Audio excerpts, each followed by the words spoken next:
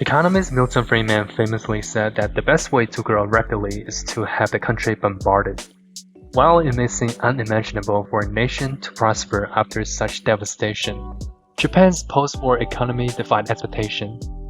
After heavy damage from nuclear bombing in Hiroshima and Nagasaki, as well as Allied air raid, Japan surrendered unconditionally in 1945 after World War II's staggering toll of approximately 3 million lives and $56 billion in cost. Yet Japan remarkably recovered and transformed into the world's third largest economic power by 1960s, following only the United States and the Soviet Union. Known as the Japanese economic miracle, this period from 1945 to 1991 saw Japan achieve unprecedented economic growth, solidifying its previous position as the globe's second largest economy behind the United States. Let's uncover the secrets behind Japan's remarkable rise from the ashes of the war to global economic prominence. To understand Japan's post-war economic growth, we must look back to the country's history between the 1800s and the early 1900s. Japan initially lagged far behind Western powers due to the country's historical isolation from the rest of the world. Despite this gap, Japan leveraged agricultural advancements from the Tokugawa period and embarked on a series of modernization initiatives during the Meiji period. These reforms facilitated easier importation of Western technologies and ideas, setting Japan on a path to modern economic growth that accelerated over the following decades. By the year 1900, Japan had already become heavily dependent on international trades to meet its basic needs, which paved the way for expansion into a larger empire. Until the defeat of World War II, Japan had already become one of the most powerful countries both economically and militarily. These advancements laid the foundation for Japan's rapid recovery after World War II and paved the way for its economic miracle. After Japan's defeat in World War II, the economy faced major challenges. Unemployment was a critical issue which affected millions as military forces were demobilized and military-related jobs disappeared. Despite fears of widespread joblessness, many found work in agriculture, which expanded to absorb surplus labor. However, low wages and underemployment remain persistent problems. Energy and food shortages worsened the situation. The main source of energy during that time was coal, but its output dropped significantly right after the defeat. The biggest reason for its drop was that the Koreans and Chinese who had been subjected to forced labor in the coal mines were refusing to continue, and coal mining was in a state of virtual paralysis. Added to the shortage of energy, the output of the nation's food supply, which is mostly rice, was also in shortage. With neither fuel nor food, people feared that they would starve to death during the winter of 1945 to 1946.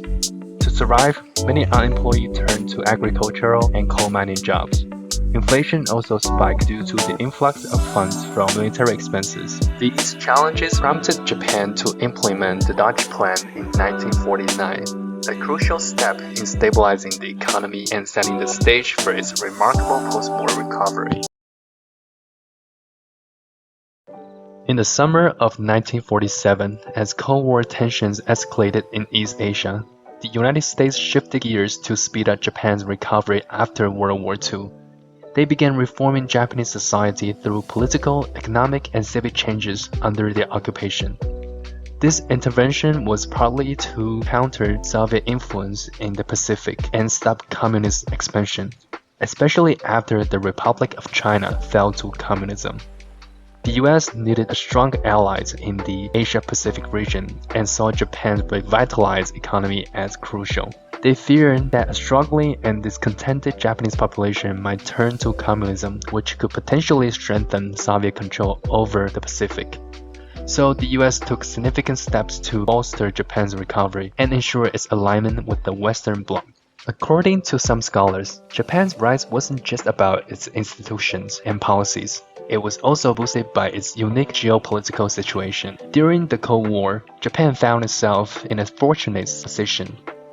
As the United States saw strong allies in East Asia, it not only bought Japanese exports and tolerated their protective trade policies, but also provided economic subsidies and shared cutting-edge technology with Japanese companies.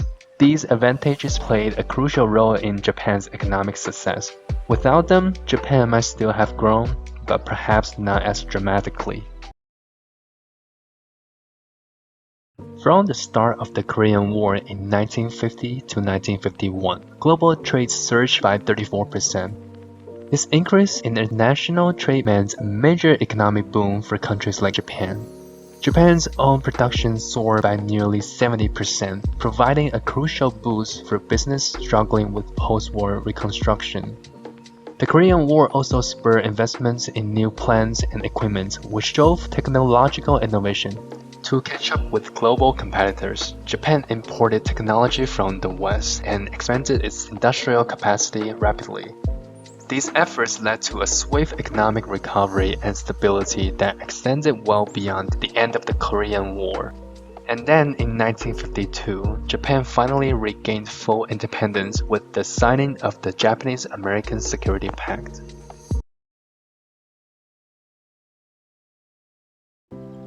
One key factor in Japan's economic boom was their ability to adapt and improve on technologies imported from other countries.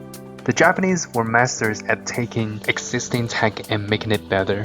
Even though they often said they hadn't created much of their own, that's not entirely true. Japan developed groundbreaking technologies with low-cost mass production systems by cleverly combining imported technologies with their own innovation. This blend of foreign tech and domestic innovation powered Japan's industrial strength. Improvements in one industry sparked growth in others. Take the steel industry, for example. They enhanced the quality of special steel used in cars, which helped the automobile industry become globally competitive. The same thing happened in shipbuilding. These technological advancements spurred industries to find even more productive ways to grow, propelling Japan to compete on the international stage. So Japan's knack for tweaking and enhancing technology played a huge role in its rise to economic powerhouse status. Another major factor behind Japan's success was their keiretsu system. These were huge business groups that linked industrial companies, banks, and trading firms through mutual stock ownership and exclusive relationship. This setup gave Japanese companies financial muscle and connections that helped them outdo both foreign and domestic competitors. Instead of focusing on short-term profits, their goal was to gain market share, especially in high-growth sectors with long-term potential.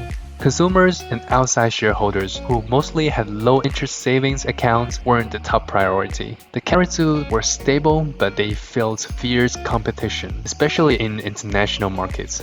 Japanese companies, or kaisha, pushed hard to keep up with each other, quickly adopting new product designs and innovative production techniques. Falling behind meant losing reputation or face, which was a big deal. This intense competition meant new ideas and technologies spread rapidly across the economy. Japanese managers were quick to integrate cutting-edge tech like robots, computer chips, and fuzzy logic software into their factories and products, much to the envy of Western observers. This competitive drive also led to some of the most imitated industrial practices globally: total quality control, lean production, and cross-functional product development.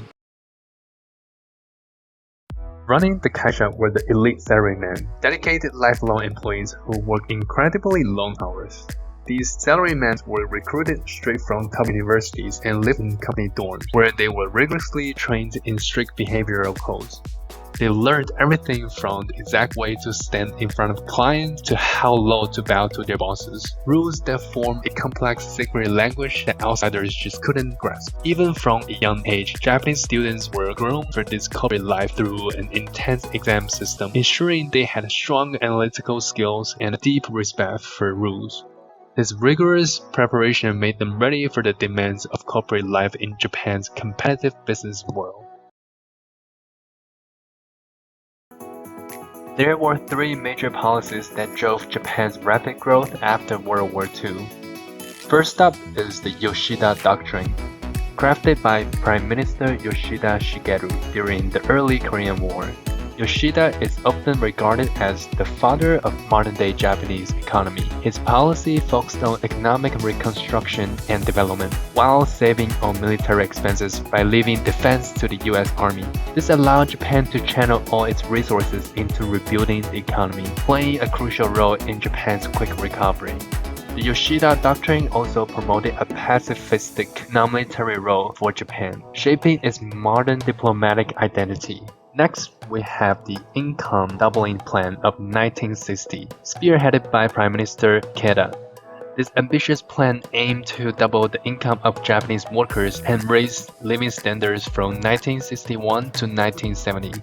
It involved massive government investments in both private and public sectors and boosted foreign trade. The plan's heavy industrialization did lead to pollution issues, but it also resulted in an average growth rate of 10.8% in the late 1960s, making Japan the world's second largest economy by 1968. Finally, the Ministry of International Trade and Industry played a pivotal role. MITI was the powerhouse behind Japan's industrial growth, providing guidance and support to private businesses. They created a strategic environment that gave key industries like steel, shipbuilding, chemicals, and machinery a competitive edge. MITI's efforts ensured that these sectors thrive, fueling Japan's economic expansion. These three policies, the Yoshida Doctrine, the Income Doubling Plan, and the strategic actions of MITI, were instrumental in transforming Japan into an economic powerhouse.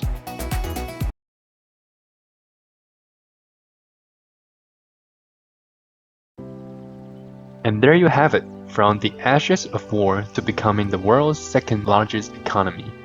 Japan's journey is nothing short of extraordinary.